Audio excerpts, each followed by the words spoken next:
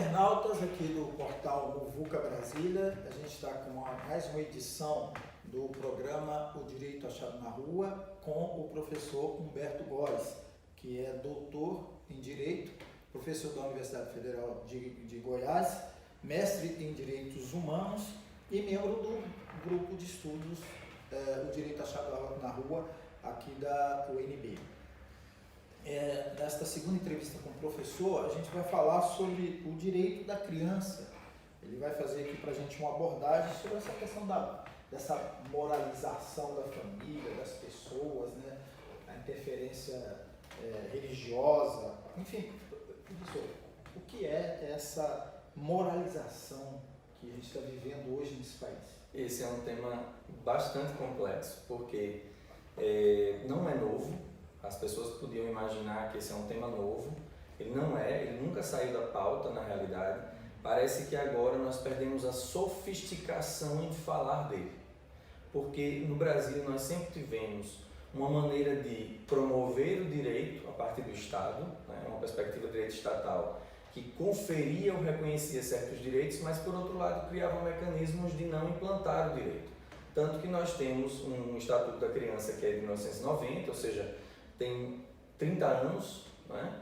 E esse mesmo Estatuto da Criança e do Adolescente nunca foi implantado na sua integralidade. Eu diria até que nem foi implantado, se a gente for observar, em alguns aspectos, minimamente.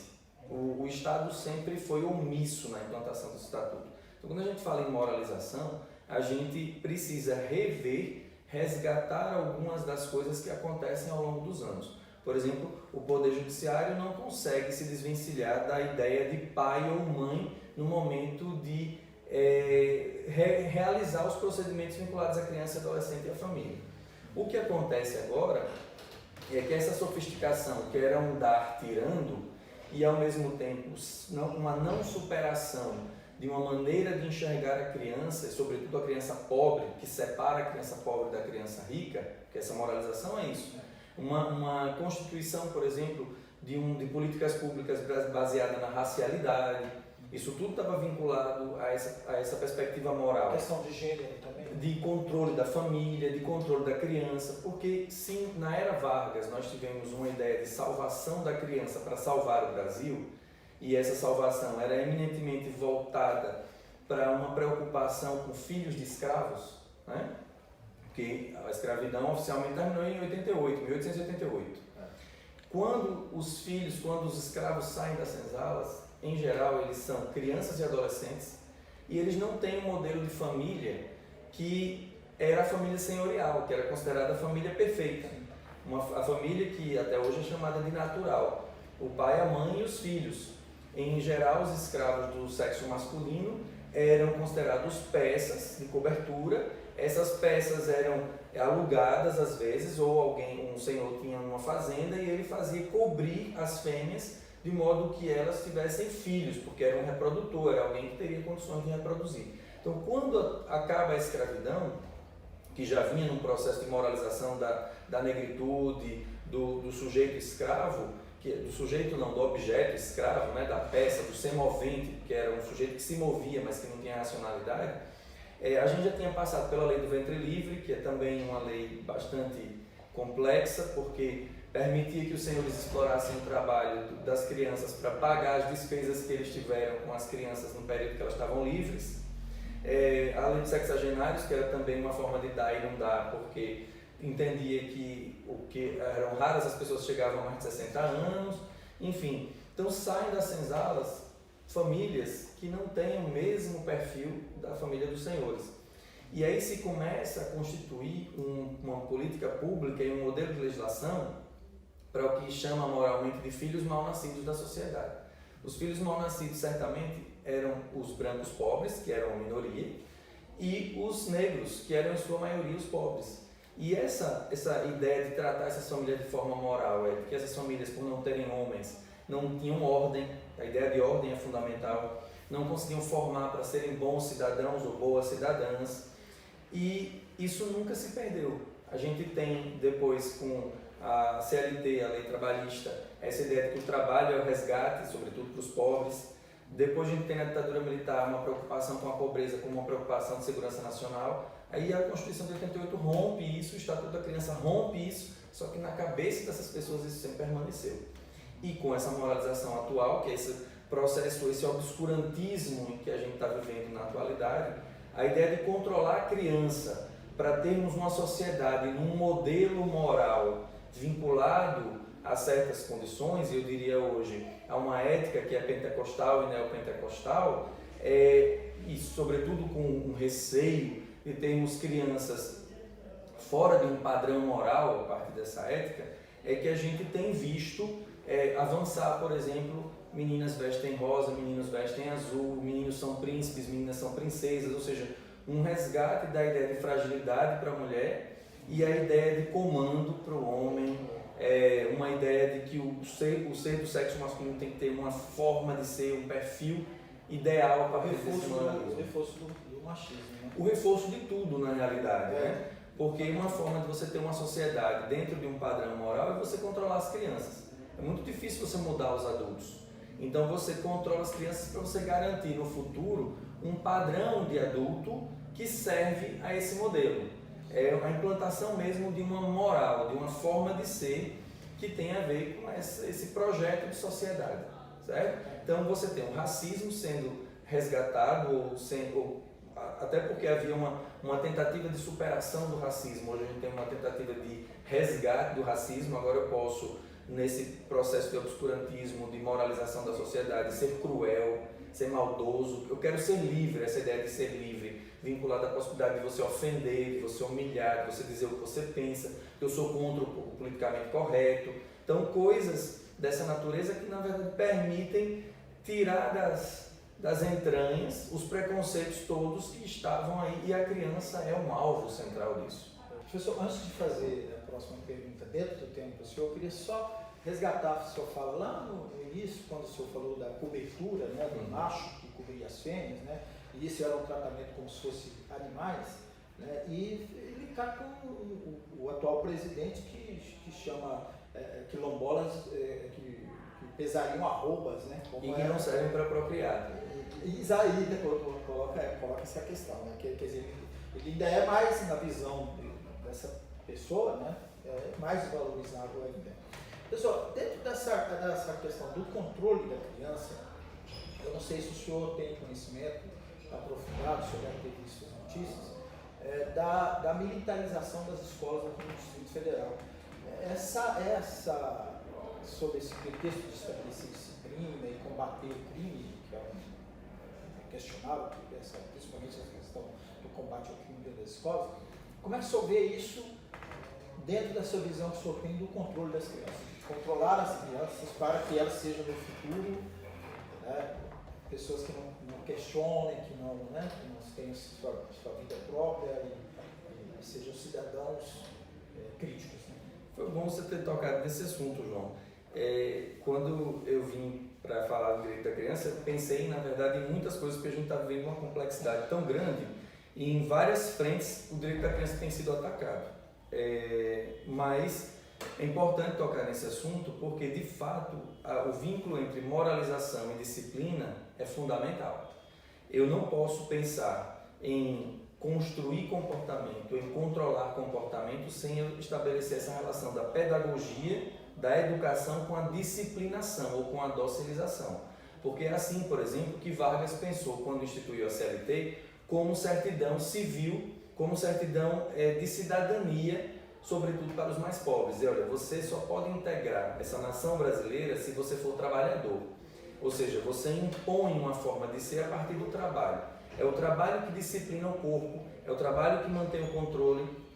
Tanto que muitas pessoas, quando eram abordadas pela polícia, e principalmente as mais velhas ainda fazem isso, andam com a carteira de trabalho no bolso e dizem, não, eu não sou ladrão, eu sou trabalhador. Né? Então essa perspectiva de manter o controle, a disciplinação do corpo, a docilização, era porque se imaginava, Foucault já denuncia isso, o filósofo francês Michel Foucault, de que o trabalho, a fábrica, a escola eram formas de disciplinação do corpo, como os manicômios, etc.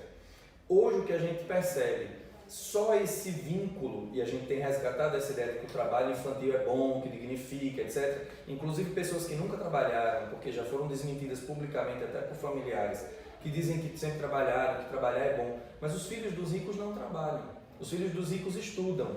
E há dados da economia que dizem que quanto mais anos de estudo você tem, maior capacidade financeira você tem. Se você dá aos pobres a pobreza, se você tira deles o direito de estudar, e efetivamente a riqueza no Brasil passa pela política, não passa pela universidade. Mas você não pode negar que a universidade é fundamental, principalmente para os mais pobres e para a classe média, que obtém melhores condições, cargos de trabalhos melhores remunerados, passando pela universidade. Então, se você não tem a capacidade, a possibilidade de você estudar, desenvolver a intelectualidade, você vai se submeter a condições de trabalho piores, a salários piores também, com menos garantias. Então, essa disciplinação pelo trabalho parece que não tem sido suficiente ao longo dos anos como desculpa, como pretexto, e ela passa de novo à ordem do dia, também por uma ética que é religiosa, que a ética católica sempre dominou o Brasil. Agora ela está sendo superada por uma ética pentecostal e neopentecostal que não é evangélica. É importante observar isso, porque os teólogos evangélicos negam essa condição de evangélica às igrejas pentecostais e neopentecostais. E a gente percebe essa perspectiva de disciplinação. Na ditadura militar, a disciplina estava diretamente relacionada à segurança nacional. Agora, a ideia de disciplina está relacionada a essa moral, de novo, o resgate dessa moral, essa noção de ordem, essa noção de patriotismo. Então, tudo isso está junto num ufanismo e numa moralização do sujeito para transformar num sujeito ideal, né? Então, o militarismo parece que sintetiza esse modelo moral que se quer implantar no Brasil hoje. Não é à toa que se defende essa questão moral e a defesa da volta, inclusive, do regime militar. Professor, e interrompendo rapidamente, e é uma maneira de vender uma falsa ideia de segurança. Né? Porque se diz, olha, se a gente tem crianças que são educadas por policiais, que não têm formação para educação, inclusive, importante que se diga isso, essas crianças vão ser mais controladas, elas vão ser mais organizadas mentalmente, elas vão ser mais disciplinadas, elas não vão ferir a ordem e nós vamos ter o combate à violência desde criança. Nós vamos impedir que essas crianças acessem a violência, como se a criança pobre, porque a criança rica não está na escola militar, como se a criança pobre fosse imediatamente a criança que fosse constituída para ser o sujeito da violência. Quando na realidade o que a gente tem é uma violação sistemática de direitos e mais uma vez a gente joga para a família e para a criança a responsabilidade pelo sujeito que ela é. Que é isso que acontece com a moralização. Você diz, olha, o Estado se desvincula de obrigações constitucionais e legais previstas no Estatuto da Criança de garantir liberdade, segurança, educação, saúde de qualidade, programas para que as famílias possam se apoiar, terem apoio sociofamiliar, interno e externo. Aí depois diz, não, mas o problema da violência é o indivíduo.